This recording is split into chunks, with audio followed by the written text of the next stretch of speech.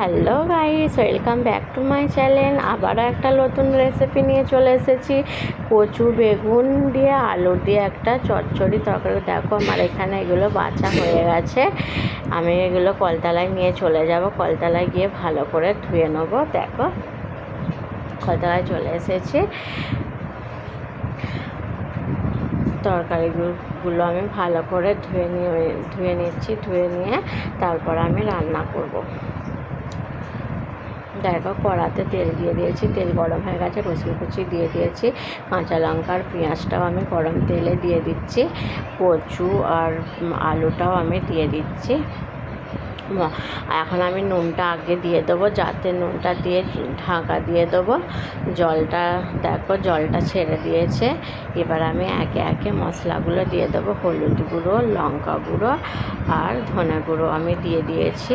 ভালো করে এটা কষিয়ে নিয়েছি। দেখো একটা বেগুন, সেই বেগুনটা আমি কেটে নিয়েছি। বেগুনটা কেটে আমি তরকারিতে দিয়ে দিয়েছি। কষানো হয়ে গেছে। দেখো আমি এতে জিরে গুঁড়োটাও দিয়ে দিচ্ছি। এখন জিরে গুঁড়োটা দিয়ে আর একটু ভালো করে কষিয়ে নেব। ভালো করে কষিয়ে নেবার পরে তারপরে জল ঢেলে ঢাকা দিয়ে দেবো। তাইলেই আমার কচু দিয়ে বেগুন দিয়ে আজকের আমার তাহলে এটা চচ্চড়িটা হয়ে যাবে। আমি ডালও করেছি। ডালটা আমি তোমাদের কাছে দেখাচ্ছি না। দেখো এখানে আমি জল ঢেলে দিয়েছি। ডালটা আমার শর্ট ভিডিওতে দেবো। দেখো আমার এটা হয়ে গেছে চচ্চড়ি। এখানে আমি ডিমগুলো ভেজে নিচ্ছি। ডিমগুলো দেখো আমি দিয়ে দিয়েছি। ডিমটা দেখো উল্টে দিয়েছি। আমার ভাজা হয়ে গেছে একদিকটায়।